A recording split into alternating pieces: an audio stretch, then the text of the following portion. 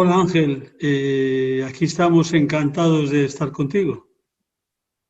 Igualmente un placer. Bueno, pues empezamos muy bien. Bueno, sería interesante analizar la alternativa que hace la Unión Europea a la crisis climática del planeta, realmente. Entonces vamos a ver si podemos en sucesivas conversaciones tratar un poco este tema y al final pues ver la incidencia que va a tener la alternativa europea en nuestra comunidad, en Cantabria. Si te parece correcto este mini guión. Perfecto, muy bien. Bueno, pues de entrada lo bueno sería definir lo que es el Pacto Verde Europeo. ¿Cómo lo podrías sintetizar tú? Bueno, pues yo entiendo que básicamente es una decisión política que se ha alcanzado en Europa y así ha sido publicado en el sentido de que el único modelo de crecimiento que puede cumplir las expectativas de la generación actual y de las generaciones futuras es el modelo de desarrollo sostenible. Y entonces dentro del modelo de desarrollo sostenible que ha seguido pues, un largo camino desde el 1972, desde la última parte del siglo pasado, donde en Estocolmo la Cumbre de Desarrollo Humano de las Naciones Unidas se empezó a preocupar por el tema de cómo podíamos alcanzar un modelo de desarrollo en el que los humanos pudiéramos convivir de una manera aceptable con el planeta, ¿no? Y a partir de ahí, desde el 72 hasta el 2002, en la Cumbre de Desarrollo de Johannesburgo, donde se define ya que, por consenso absoluto, que el modelo de desarrollo que podría cumplir este criterio era el modelo, o es el modelo de desarrollo sostenible, ¿no? El modelo de desarrollo sostenible incorpora en el siglo XXI la vertiente ambiental a la vertiente económica y social en la toma de decisiones. El siglo XX se ha caracterizado porque la toma de decisiones se realizaba por el compromiso entre variables económicas y sociales. Y ese compromiso, con sus tensiones, pues era cómo se tomaban las decisiones. A partir del siglo XXI, las Naciones Unidas introducen como tercer aspecto fundamental el elemento ambiental. Y esto es clave y crítico, porque de alguna manera, si ya todos conocemos que entre, digamos, la vertiente económica y la social cuesta, es difícil encontrar compromisos. De hecho, el planeta pues, se mueve con desigualdades extremas que el objetivo desde hace años es resolverlas, pero de alguna manera no terminamos con ello. Pues si introducimos ya la tercera pata, pues todavía los compromisos tienen que ser de mucho más calado y mucho más profundos. Y en ese sentido, entonces, claro, el problema que se plantea es, bueno, una vez acordados en el 2015 los objetivos para el periodo actual, o sea, ya estaríamos en este periodo, el periodo 2015-2030, los objetivos de desarrollo sostenible 2030, ahí tenemos entonces 17 metas con una serie de objetivos específicos que las acciones concretas con las que las Naciones Unidas y el resto de los componentes de este instrumento consideran que podemos alcanzar un modelo de desarrollo satisfactorio para nosotros y para las generaciones futuras, ¿no? Bien, ¿esto qué quiere decir? Pues lo que quiere decir es que a la hora de tomar decisiones, que es el punto crítico, nos encontramos que las variables económicas, las ambientales y las sociales no van en el mismo sentido. Es decir, que si tiramos hacia optimizar variables económicas, pues repercutimos en perjudicar variables sociales o variables ambientales. Si intentamos optimizar o únicamente tener en cuenta criterios ambientales, pues tenemos que la convivencia con las variables económicas y las sociales se hace más complicada, ¿no?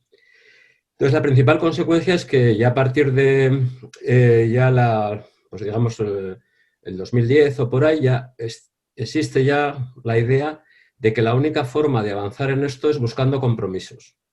Buscando compromisos, fundamentalmente asumiendo que son tres fuerzas que no tiran en el mismo sentido necesariamente, puede ser que haya casos que sí, pero que muchas veces no, cómo se busca las decisiones para esos compromisos, ¿no? Y ese sería entonces lo que plantea el New Green Deal o el Pacto Verde. Es decir, lo que plantea el Pacto Verde es que en general las prioridades son de índole económico-social y que no es fácil que la vertiente ambiental compita con las otras dos. Entonces lo que dice es que hay que hacer un sobreesfuerzo teniendo en cuenta la variable ambiental en la toma de decisiones.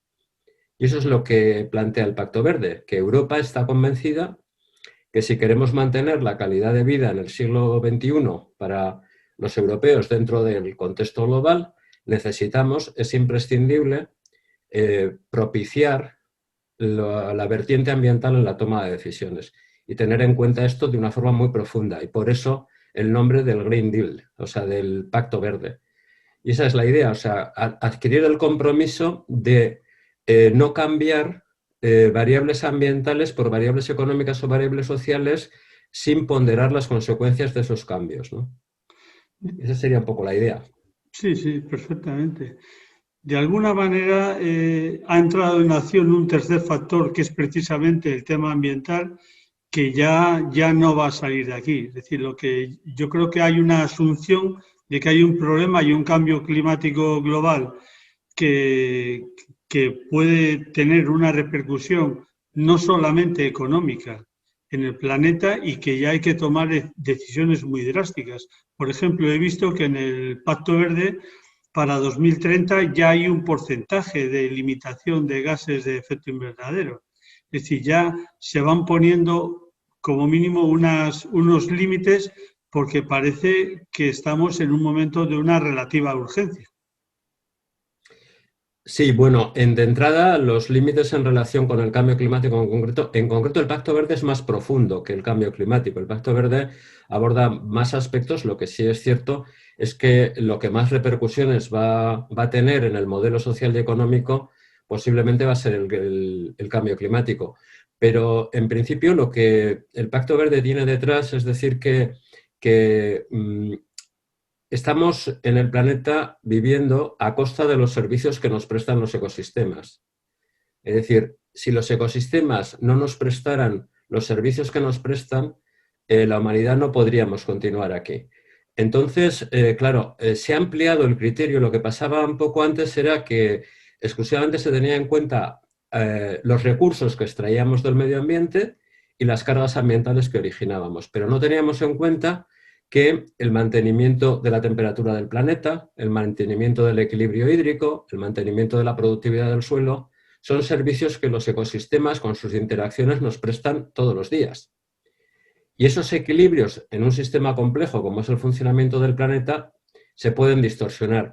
Y ahí está la segunda pata de amenaza junto al cambio climático global, que es la pérdida de biodiversidad. O sea, no solo es el cambio climático un factor importante, también la biodiversidad es un factor extremadamente importante, porque la biodiversidad es la forma de contacto para mantener los ecosistemas prestándonos los servicios que nos prestan. Es decir, si no tuviéramos la riqueza en los ecosistemas que tenemos, en la biodiversidad que tenemos, los servicios ambientales serían muchos menores. Es decir, cualquiera se da cuenta, ¿no?, que el ambiente que se vive en un medio desértico no es el mismo que el que se vive en un medio como Cantabria. Por lo tanto, vemos que el servicio que nos presta el medio ambiente es mucho menor en el medio dependiendo de su biodiversidad, ¿no? Y es un poco la idea que también hay que juntarla a lo anterior, ¿no? Por eso, claro, a la hora de poner límites, claro, cada elemento se hace a través de un acuerdo global. Y en este caso, en el cambio climático, que era el que nos centrábamos, está el Acuerdo de París actualmente, que se va revisando. La próxima conferencia de revisión va a tener lugar en Glasgow. Y entonces lo que se van poniendo es objetivos específicos y vigilando el cumplimiento, pero a nivel global, ¿no? En ese sentido, Europa sí. Europa, digamos, plantea que el tema no es a corto plazo. Entonces, el tema hay que pensar en escenarios 2050, ¿no? Y digamos, lo que hay que pensar es que para el 2050, en la idea de poder compatibilizar el aumento de temperatura del planeta por debajo de esos famosos 1,5 o 2 grados, que es lo que puede amenazar el equilibrio del planeta, o supone ya una amenaza muy probable, pues hay que reducir del orden de un 50% nuestras emisiones. Pero las emisiones, claro, son globales, son de todo el mundo. Entonces, claro, una noticia que ha sido excelente ha sido el cambio en Estados Unidos, porque con la entrada de Biden y la promoción del Acuerdo de París por parte de Estados Unidos, eso es extremadamente importante para el cumplimiento del Acuerdo de París. La otra parte, que China está también muy comprometida, sorprendentemente, o hace unos años no era así, pero actualmente está participando muy activamente en los acuerdos del clima. Y la otra pata, básicamente, si es el resto del mundo, ¿no? Entre los que está Europa, que se plantea... Europa siempre, en general, plantea medidas un poquito más allá. Y esas medidas un poquito más allá yo creo que se justifican porque, además, se parte de la idea de que Europa es una zona del mundo con un bajo nivel de recursos de combustibles fósiles. Y, por lo tanto, cualquier cambio que nos conduzca a reducir la demanda de combustibles fósiles nos viene bien. O sea, es decir, técnicamente, si todo el dinero que, por ejemplo, por particularizarlo en Cantabria, tenemos que invertir en pagar los derivados del petróleo, los podemos invertir en una generación energética propia, eso nos permite que con nuestros ingresos podamos realizar otro tipo de cosas que nos den un mejor nivel de vida. Porque tenemos necesidad de energía, pero la tenemos que pagar los recursos de petróleo que nos vienen necesariamente de otro lado, ¿no? Porque Europa no tiene eso. Lo contrario, claro, obviamente sucede pues, con los países del Golfo, etcétera, que tienen un interés en mantener los combustibles fósiles, ¿no? Por eso Europa, por el doble motivo, por el interés propio, evidentemente, y por el cambio climático, pues tiene unas políticas muy adelantadas con respecto a esto. Europa se plantea promulgar la Ley Europea del Clima. Ese va a ser el instrumento en el cual se va a definir exactamente Europa como Unión Europea, qué compromisos toma. Y la idea, la diferencia fundamental con el Acuerdo de París va a ser que en esta ley, al menos en el planteamiento, se pretende pasar, en este momento, ya veremos cuando realmente se termine, se pretende pasar de una política voluntaria a una política de obligaciones. Porque el hablar de un porcentaje del 50% es el propósito, el deseo, pero no tiene ninguna consecuencia organizativa, legal, etcétera, el no cumplirlo. O sea, lo que trato de decir con eso que está bien, bueno, pero que de alguna forma, que era uno de los problemas que tenía el Acuerdo de París, o sea, se trata de compromisos voluntarios. Entonces, claro, ahí es donde un poco patina eso, ¿no? Pero eso es lo que se pretende, por lo menos, mejorar con la Ley del Clima Europea. Y dentro de eso, bueno, hay que celebrar que el Parlamento de España pues ya ha aprobado, la primera fase está por pasar por el Senado, ha salido ya del Congreso, de la Ley de Cambio Climático. O sea que también es un tema a celebrar. Bien, de eso posiblemente hablemos el próximo día sobre la ley precisamente de cambio climático y transición energética española, pero sí me gustaría enfatizar, para finalizar hoy, si te parece bien, sí me gustaría enfatizar en un tema.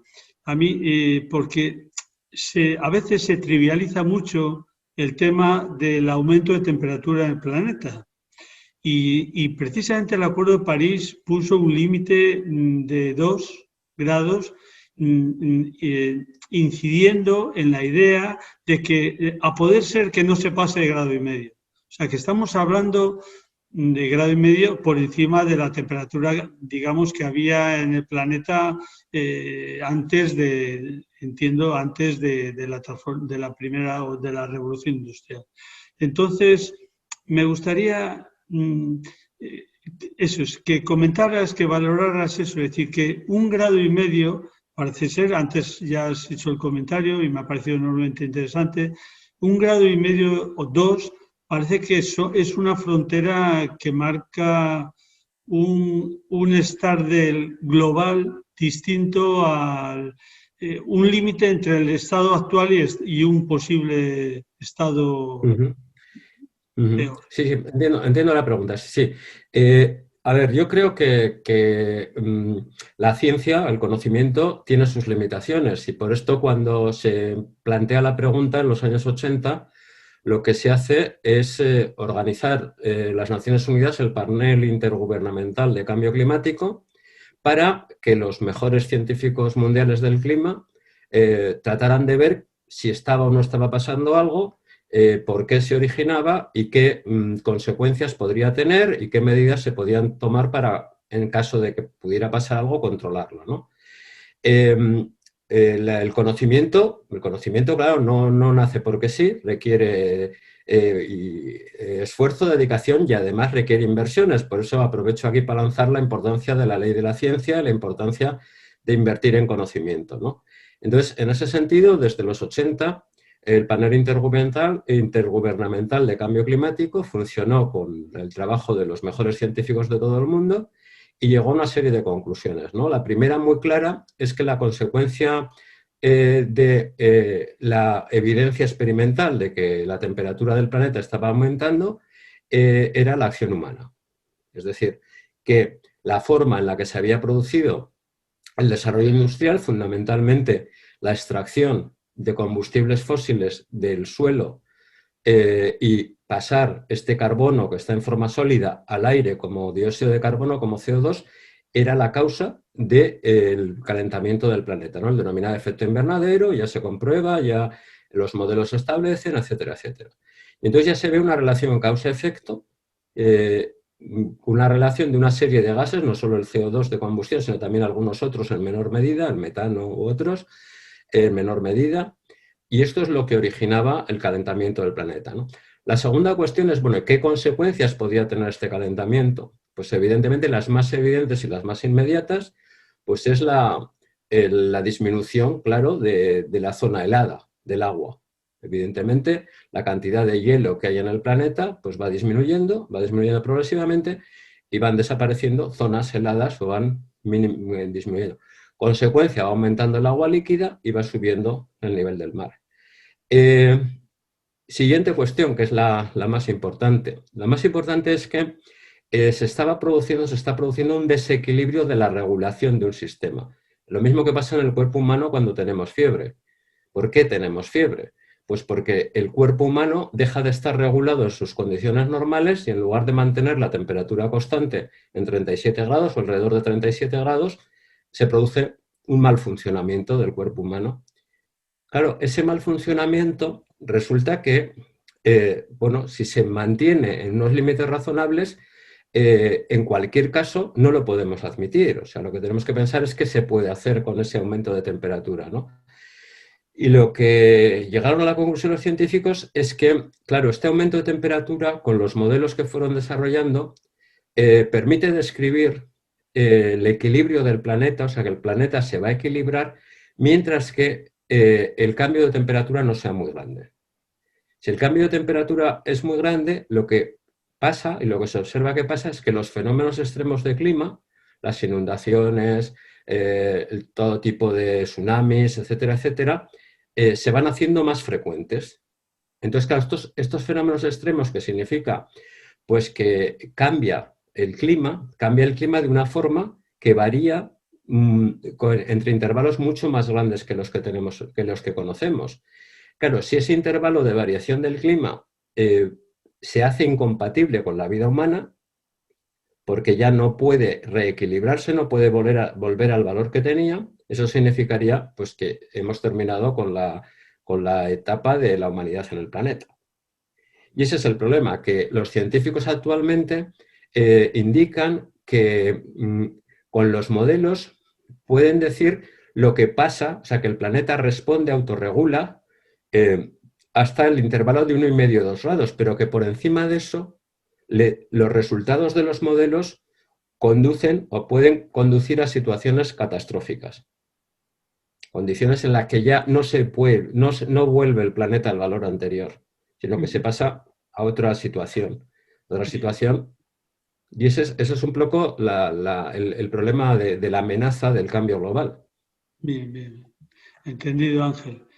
Pues yo creo que así, digamos, en este primer capítulo, creo que ha sido realmente muy interesante tus comentarios, ¿eh?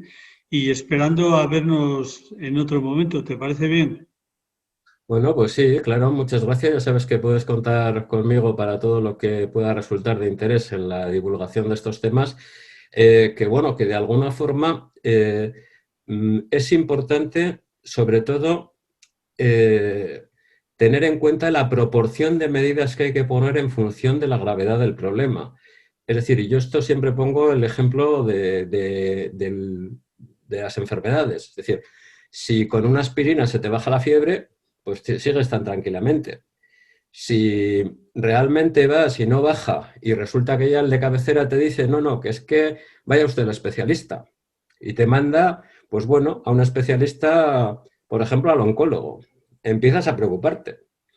El oncólogo, pues no es una especialidad que me dé mucha garantía de futuro. Exactamente. Claro, esa es la situación que estamos con el cambio climático. Pero claro, ya la pregunta, si ya es un cáncer de páncreas, pues realmente lo que estamos pensando es que mejor me voy preparando. Bien. Entonces, lo que trato de decir es que tenemos que entender la gravedad y tenemos que entender también que para resolverlo hace falta un esfuerzo decidido y un esfuerzo consensuado, porque las prioridades se han demostrado que en general siguen siendo las económicas y las sociales. Tenemos muchísima dificultad para introducir las variables ambientales al mismo nivel que las económicas y las sociales. O sea que el problema no es de las cuestiones ambientales, el problema es de la decisión de compaginar eso con las otras. Bien, pero eso precisamente eh, te has remitido al comienzo precisamente de Encantado, esta ¿verdad? charla en la que precisamente incidía en este aspecto, o sea que ha llegado para quedarse, obviamente, Sí, sin duda. el tema del medio ambiente, porque Sí, y lo que va a resulta... nuestro futuro y el de nuestros hijos y de nuestros nietos, va a las siguientes generaciones en definitiva. Claro, pero es que es más difícil entender que no es solo una cuestión de voluntad, me gusta, no me gusta, me parece, pues me gusta más lo verde o no, sino que es una cuestión de supervivencia y de valores, de valores. O sea, que cuando hablamos de que hay que tener en cuenta las variables ambientales, no es solo para como moda o como, No, sino no, no. estamos hablando de algo que afecta a nuestra vida cotidiana, que afecta a la dedicación de nuestro dinero, a nuestras decisiones sociales, que afecta a todo. Y Exactamente. yo creo que ahí es donde es importante que hagamos hincapié con este tipo de charlas. Exactamente. Bueno, Ángel, pues nos vemos la próxima. Un De saludo. acuerdo. Cuando quieras, hablamos. Vale, Bueno, chao, Paulino, buenas chao. tardes. Adiós.